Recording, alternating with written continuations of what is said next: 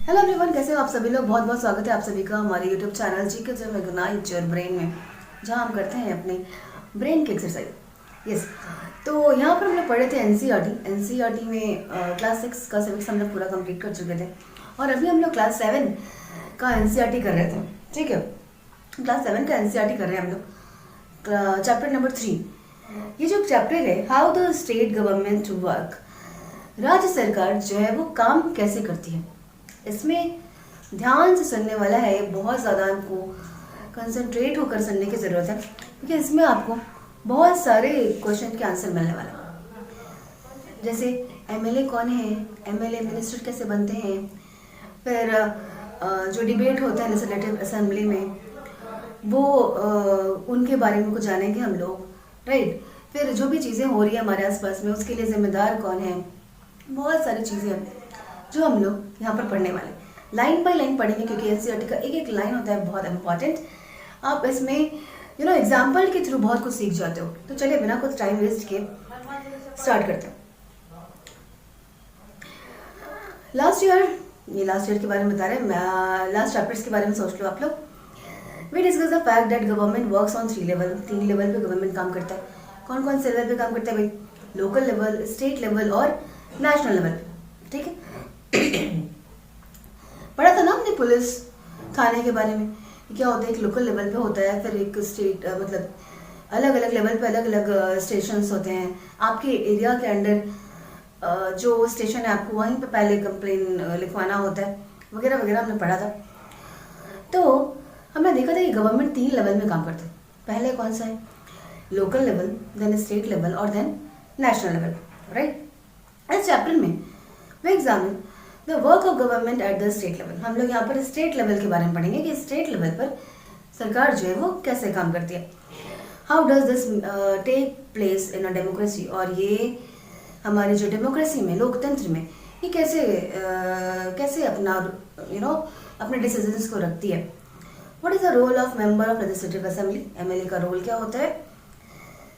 And ministers के role क्या होते हैं, एमएलए का रोल क्या होता है। विधायक, जो विधानसभा का जो सदस्य होता है, विधायक कहते हैं जो। Yes, how do people express their view on और डिमांड एक्शन फ्रॉम गवर्नमेंट। कैसे लोग अपने व्यू को, अपना जो पॉइंट ऑफ व्यू, सबका अपना अपना पॉइंट ऑफ व्यू है। आप देखते होंगे कि कोई भी डिसीजन सरकार के द्वारा लिया जा रहा है। जैसे कि अभी लड़कियों की जो उम्र है, शादी की जो उम्र है, वो 21 साल करने को लेकर ये फैसला लिया गया, डिसीजन लिया गया। ये लड़कियों की जो शादी की उम्र है उसमें 21, उसको भी जितना बॉयज़ का, जितना लड़कों का जितनी उम्र है 21 साल, वो उतनी ही कर देनी चाहिए। इस पर लेकर भी बहुत सारे लोगों के पॉइंट ऑफ व्यू सेम नहीं थे, है ना। कुछ लोगों ने तो यहाँ तक कह दिया कि उसको 16 साल ही कर दो, 16-17 साल ही कर देनी चाहिए। खैर, जितना दिमाग उतने विचार। तो ये चीज़ें हैं कि लोग अपना अपना पॉइंट ऑफ व्यू, सबका अपना अपना पॉइंट ऑफ व्यू होता है। तो लोग कैसे उस अपने पॉइंट ऑफ व्यू को व्यक्त करते हैं सरकार के सामने, उसके बारे में भी हम जानेंगे। कैसे एक्शंस लिए जाते हैं। We look at these questions through the example of health के एग्जांपल से। जैसे हम लोग पहले भी देखे थे कि लास्ट चैप्टर में भी हमने हेल्थ को मद्देनजर रखते हुए ही वो चैप्टर कंप्लीट किया था। उसमें भी हेल्थ को ही एक मेन बेसिक मुद्दा मानकर चला गया था। इसमें भी हम एक हेल्थ को ही लेकर चलते हैं। एक एक स्टोरी के तरह से यहाँ पे दिखाया गया है। एनसीईआरटी की एक अच्छी बात यही होती है कि वो किसी भी टॉपिक को स्टोरी के माध्यम से दिखाते हैं ना, तो चीज़ें बहुत इजी हो जाती हैं, अच्छे से समझ में आता है। तो चलो देखते हैं इस स्टोरी में क्या है। Here, look at this. It says that there is a water storage shortage in our state and people are falling sick. ये यहाँ पे 2 लड़कियाँ आपस में बात कर रही हैं।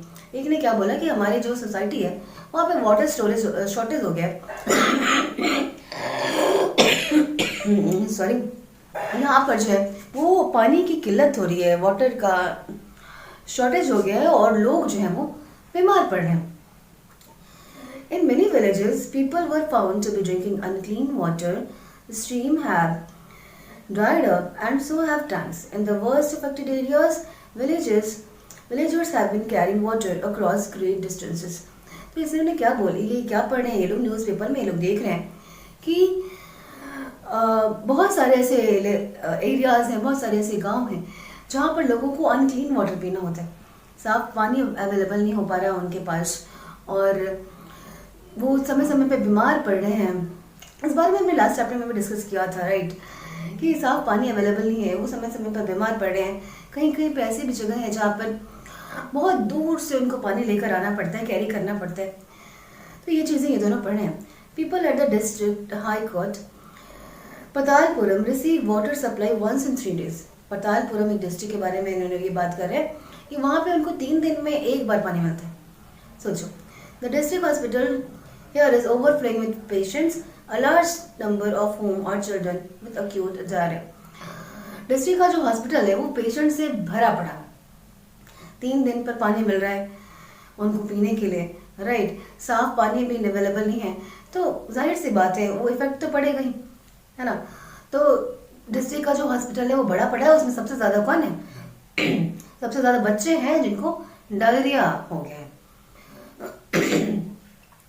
On the TV news they said 10 people have died from diarrhea. Is it possible? Can one really die from it? ये उसका सवाल है कि डायरिया से टीवी में न्यूज़ में देख रहे थे अभी, ये तो पहले की बात है ना, 2017 के आसपास के। अभी जैसे कोविड से इतने सारे लोग नहीं रहे, राइट, तो ये चीज़ है कि क्या बीमारी से इतने सारे लोग खत्म हो सकते हैं, इसका पूछना है। Who knows, just hope I don't get it। बोला कि कौन जाने, हो सकता है कि मर रहे हो बीमारी से, जस्ट होप कि मुझे ये बीमारी ना हो जाए। My mother said not to have any ice drink from the market। जाहिर सी बात है, कोई बीमारी पड़ती है, ठंड आ गई, अब सबके घर में होता हो कि भाई बाहर का खाना नहीं खाना है, फास्ट फूड नहीं खाना है, पानी नहीं पीना है, गुपचुप के ठेले से तो बिल्कुल नहीं पानी पीना है, राइट, गुपचुप वगैरह से दूर रहना है, मुझे तो अक्सर सुनने को मिलता है। खैर, आपको भी सुनने को मिलता होगा, अपना शेयर करना comment. She gave one lecture in this morning। एक लेक्चर उन्होंने सुबह सुबह दिया है। You have to be responsible for your health sharing। बोला कि आपको हेल्थ के लिए अपना केयर ध्यान देना होगा। तभी एक ट्रैफिक पुलिस ने रोक लिया। This road is blocked due to rally। They have garrowed the MLA's residence। ठीक है, एमएलए के रेसिडेंस को उन्होंने घेराव कर दिया है लोगों ने, तो इसलिए ये जो रोड है वो ब्लॉक है। Really why he has done something, has he done something. तो इस बच्चे ने क्या पूछा कि क्या उन्होंने कुछ ऐसा कर दिया, क्या ऐसा क्या कर दिया उन्होंने कि उनके घर को घेर के खड़े हो गए इतने सारे लोग। Then traffic police answered that they seem more angry about what he has done. ये लोग तो उस चीज़ के लिए गुस्सा है जो इन्होंने किया ही नहीं है। होता है ना कि भाई प्रॉमिसेस हो गए, इलेक्शन आने वाले हैं तो प्रॉमिसेस हो गया कि ये कर देंगे, इतने सारे पाइपलाइन, शांता की कहानी हमने पढ़ी थी चैप्टर 1 में, राइट, कि पाइपलाइन बिछवा देंगे, पानी आएगा रेगुलर, साफ सफाई होगी। अब वो चीज़ें हो नहीं रही हैं, है ना, तो इसलिए इन्होंने एमएलए के घर को घेर के बहुत सारे लोग खड़े हैं। And we demand that the authorities take immediate action to bring the public health situation under control। Our MLA must take the responsibility for this। ये विरोधी पक्ष के एक नेता है जो भाषण दे रहे हैं कि हमारे एमएलए को इसकी जिम्मेदारी लेनी चाहिए। What a loud voice he has, he must be a leader or something। कि कोई लीडर ही होगा। I saw him on TV too, he is a member of the opposition। ये विरोधी दल के सदस्य हैं, राइट। तो ये था एक स्टोरी, शॉर्ट स्टोरी। अब क्वेश्चन आती है कि ये एमएलए है कौन, इनके बारे में तो मैंने तो बोल दिया जो अपोजिशन के हैं, या हमारे एमएलए को इसकी जिम्मेदारी लेनी चाहिए। अब सवाल है कि एमएलए कौन है भाई, चलो देखते हैं। In the above section you have read about some events in Patalpuram. कुछ इवेंट्स के बारे में पढ़ा कि कैसे वहाँ पर लोग बीमार पड़ रहे हैं, बच्चों को डायरिया हो रहा है ना, 3 दिन पर 1 दिन पानी मिल रहा है लोगों को। You may be familiar with some official names such as collector, medical officer etcetera. ये सब नाम आपने सुने होंगे, राइट, कहीं का कलेक्टर है, ऑफिसर वगैरह, मेडिकल ऑफिसर, ये सब नाम, स्वास्थ्य कर्मी, ये सब आपने सुना होगा ना। But have you heard of N MLA and the legislative assembly. पर क्या आपने एमएलए और लेजिस्लेटिव असेंबली के बारे में सुना है कि ये एमएलए कौन होते हैं, लेजिस्लेटिव असेंबली क्या होता है भाई। Do you know the MLA of your area? क्या आपको पता है कि आपके एरिया का एमएलए कौन है? कमेंट सेक्शन में ज़रूर बताना कि आपके एरिया में एमएलए कौन है। Can you identify which party she और ये बिलोंग्स टू? और ये भी बताना है आपको कि वो कौन सी पार्टी से बिलोंग करते हैं, राइट। चलो ये तो आपका होमवर्क है कि आपको बताना है कि आपके एमएलए कौन है आपके एरिया के और वो किस पार्टी से बिलोंग करते हैं। Alright, member of the legislative assembly are elected by the people. जो एमएलए लेजिस्लेटिव असेंबली के जो मेंबर होते हैं वो लोगों के द्वारा चुने जाते हैं।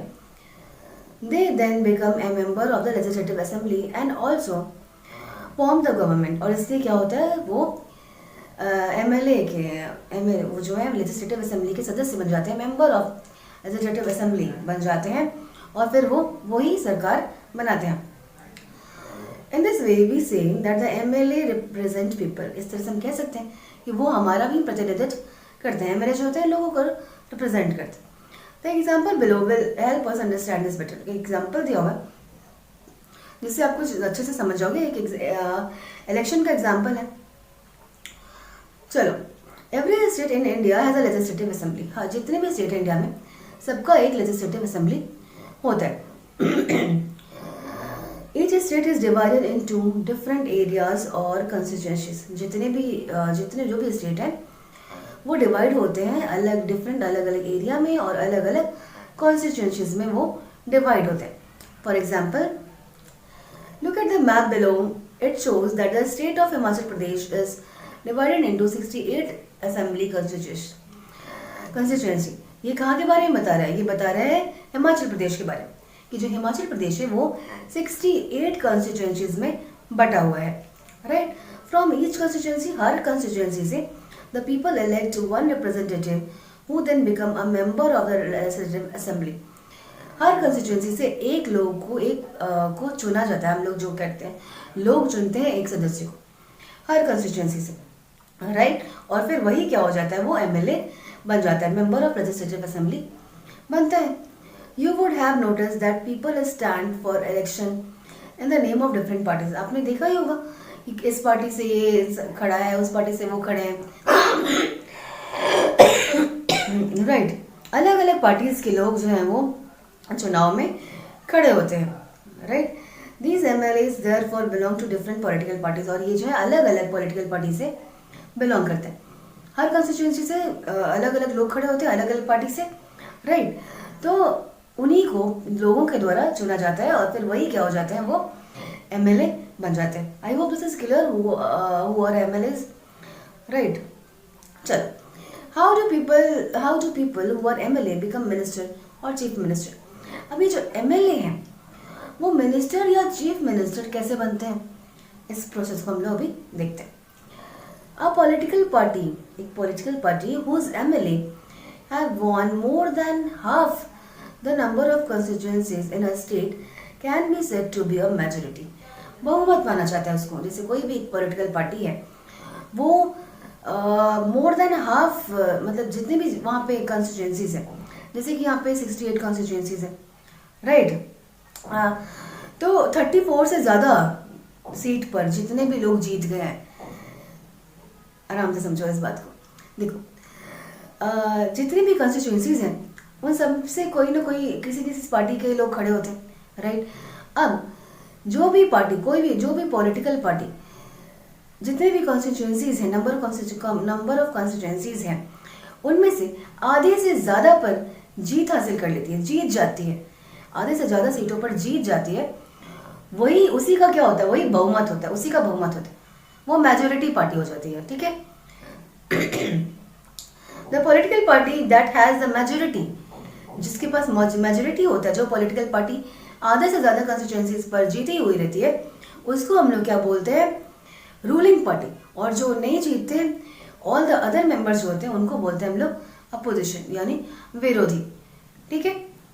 For example, the legislative assembly of the state of Himachal Pradesh has 68 MLA constituencies, ठीक है। हिमाचल प्रदेश में 68 एमएलए कॉन्स्टिट्यूएंसीज हैं, right. Candidate from various political party won the 2017 assembly election and become MLA. जितने भी कैंडिडेट्स थे वो 68 कंस्टिट्यूएंसीज से, जो लोग भी खड़े हुए थे अलग अलग पॉलिटिकल पार्टीज के, 2017 में वो जीते, इलेक्शन जीत के MLA बने अलग अलग पॉलिटिकल पार्टी के। ज़रूरी तो नहीं कि एक ही पॉलिटिकल पार्टी जो इस कॉन्स्टिट्यूंसी में जीता है वो दूसरी कॉन्स्टिट्यूंसी में भी सेम ही पॉलिटिकल पार्टी का नेता जीते, है ना। तो अलग अलग पॉलिटिकल पार्टी के लोग जीतते हैं और वो MLA बन जाते हैं। Since the total number of MLA in the legislative assembly 68। ये कहाँ के बारे में बता रहा है? ये हिमाचल प्रदेश के बारे में बता रहा है कि टोटल नंबर कितने हैं, 68 है, ठीक है। कॉन्स्टिट्यूएंसीज कितने हैं total, 68। A political party would have needed to have more than 34 MLA in order to gain a majority. कोई भी पॉलिटिकल पार्टी को मेजोरिटी में आने के लिए, बहुमत में आने के लिए, अपनी सरकार बनाने के लिए 34 से ज़्यादा सीट पर जीतना होगा। 34 तो एकदम हाफ हो गया, हाफ से ज़्यादा पर जीतेगा तभी उसका बहुमत होगा, है ना। तो किसी भी पॉलिटिकल पार्टी को जीतने के लिए 34 से ज़्यादा सीट पर जीत हासिल करना पड़ेगा किसी पॉलिटिकल पार्टी को अपनी सरकार बनाने के लिए। The Bharatiya Janata party with 44 MLAs, BJP जिसकी 44 MLAs had the majority and it became the ruling party. BJP के 44 MLAs ने जीता वो इलेक्शन अलग अलग कॉन्स्टिट्यूएंसी से और वो रूलिंग पार्टी बन गई, उनकी सरकार बनी। All other MLA become the opposition. और जितने भी बाकी जो MLA हुए वो क्या बन गए, वो विरोधी दल के सदस्य बन गए, विरोधी दल के नेता बन गए। इन दिस केस, इस केस में the Indian National Congress was a major opposition party. Major opposition party Indian National Congress बनी since it had the largest number of MLA after the BJP. क्योंकि सबसे बड़ी विरोधी दल क्या बोलते हैं, पॉलिटिकल पार्टी कौन सी होती है जिसके पास रूलिंग पार्टी के जस्ट बाद सबसे ज़्यादा नंबर ऑफ सदस्य, नंबर ऑफ मेंबर्स जो है वो जीतते हैं, वो बन जाती है क्या, major opposition party, right. Among the opposition were other parties including those who had been elected as independent candidates. और भी लोग हैं जैसे निर्दलीय, किसी भी दल के नहीं, कोई भी सदस्य के नहीं है, तो वो लोग भी जीत जाते हैं, वो लोग भी जीते हैं। यहाँ पे दिया हुआ है, देखो ऐसे आपको नहीं दिखेगा, मैं पढ़ ले रही हूँ। भारतीय जनता पार्टी के पास आया था 44 seats, Indian National Congress with 21 seat, communist party of India 1 seat और इंडिपेंडेंट निर्दलीय 2 सीट। तो भारतीय जनता पार्टी के पास क्योंकि 44 मेंबर्स ने इलेक्शन जीता है, राइट, तो भारतीय जनता पार्टी क्या हो गई, रूलिंग पार्टी हो गई। उसके बाद इंडियन नेशनल कांग्रेस की 21 सदस्यों ने क्या इस इलेक्शन को जीता, तो वो हो गए मेजर अपोजिशन पार्टी। और बाकी ये जो दोनों, ये भी विरोधी दल के ही कहलाएंगे, लेकिन मेजर कौन हुआ, मेजर हुआ Indian National Congress, right. After the election के बाद the MLA belonging to the ruling party will elect their leader who will become the chief minister. ये जो 44 MLA जीते, राइट, अब ये लोग MLA belonging to the ruling party से जो लोग MLA बने वो सब मिलकर डिसाइड करेंगे कि उनका लीडर कौन होगा, चीफ मिनिस्टर जो है वो कौन बनेगा। इस केस में the BJP MLA choose Shri Jairam Thakur as the leader and he become the chief minister. 2017 में जब बीजेपी जीती थी तो बीजेपी ने श्री जयराम ठाकुर को अपना चीफ मिनिस्टर चुना था। The chief minister then select other people as minister. Chief minister ही क्या करते हैं, दूसरे मिनिस्टर्स को चुनते हैं। इलेक्शन के बाद it is the governor of the state who appoint the chief minister and other minister. इनकी ये क्वेश्चन भी आता है कि चीफ मिनिस्टर और अदर मिनिस्टर्स की नियुक्ति कौन करवाता है, तो कौन करवाता है, राज्यपाल। गवर्नर जो होते हैं स्टेट के वो चीफ मिनिस्टर और बाकी जो मिनिस्टर्स होते हैं उसकी नियुक्ति करवाते हैं, right. The chief minister and the other minister have the responsibility of running various government department of ministries. उनकी जिम्मेदारी होती है कि जितनी भी रिस्पॉन्सिबिलिटीज़ हैं, वेरियस गवर्नमेंट डिपार्टमेंट की जो रिस्पॉन्सिबिलिटीज़ हैं उसको, और जो मंत्री हैं उनको कैसे कैसे काम देना है, क्या क्या काम करवाना है। दे हैव सेपरेट ऑफिस, सबके अलग अलग सेपरेट ऑफिस होते हैं। A legislative assembly is a place where all the MLAs, whether from the ruling party or from the opposition, meet to discuss various things. Legislative assembly क्या है? एक ऐसा जगह है, एक ऐसा प्लेस है जहाँ पर जितने भी लीडर्स होते हैं, MLAs होते हैं, चाहे वो रूलिंग पार्टी को, चाहे वो अपोजिशन पार्टी को, सब एक जगह पर जमा होते हैं और अलग अलग मुद्दों पर चर्चा करते हैं. चर्चा क्या, बहस हो जाती, बहस ही होती है, राइट? तो बहस ही करते हैं. Hence, some MLA have dual responsibilities. कुछ MLA होते हैं जिसकी दोहरी जिम्मेदारी भी होती है. One is an MLA and the other as minister. एक तो वो MLA हैं ही और दूसरे क्या हो जाते हैं, वो मिनिस्टर भी बनते हैं अलग जगह के. We will read about this further. इसके बारे में हम लोग आगे पढ़ेंगे. तो आज हमने क्या डिस्कस किया? आज हमने डिस्कस किया कि MLA कौन होते हैं, MLA मिनिस्टर कैसे बनते हैं, अपोजिशन पार्टी के मेंबर, और MLA कहाँ पर मिलकर चर्चा करते हैं, डिबेट करते हैं वेरियस थिंग्स पर. ये सारी चीज़ें हमने आज देखी है. आई होप कि आपको ये सब कुछ क्लियर होगा. आप एक बार फिर से इसको आराम से देख लो, कोई हौच पौच नहीं होनी चाहिए. कोई भी क्वेश्चन है तो आप ज़रूर कमेंट करो, मैं उसका रिप्लाई करूँगी. एंड हाँ, आप ज़रूर बताइए आपके एरिया में MLA कौन है और वो किस पार्टी से बिलोंग करते हैं. ठीक है, मिलते हैं नेक्स्ट क्लास में. नेक्स्ट क्लास में हम लोग पढ़ेंगे a debate in the legislative assembly. Legislative assembly में जो डिबेट है उसके बारे में हम लोग पढ़ेंगे और जानने की कोशिश करेंगे इसके बारे में और ज़्यादा से ज़्यादा. ठीक है, तब तक के लिए take care, tata, bye bye, good care of your self.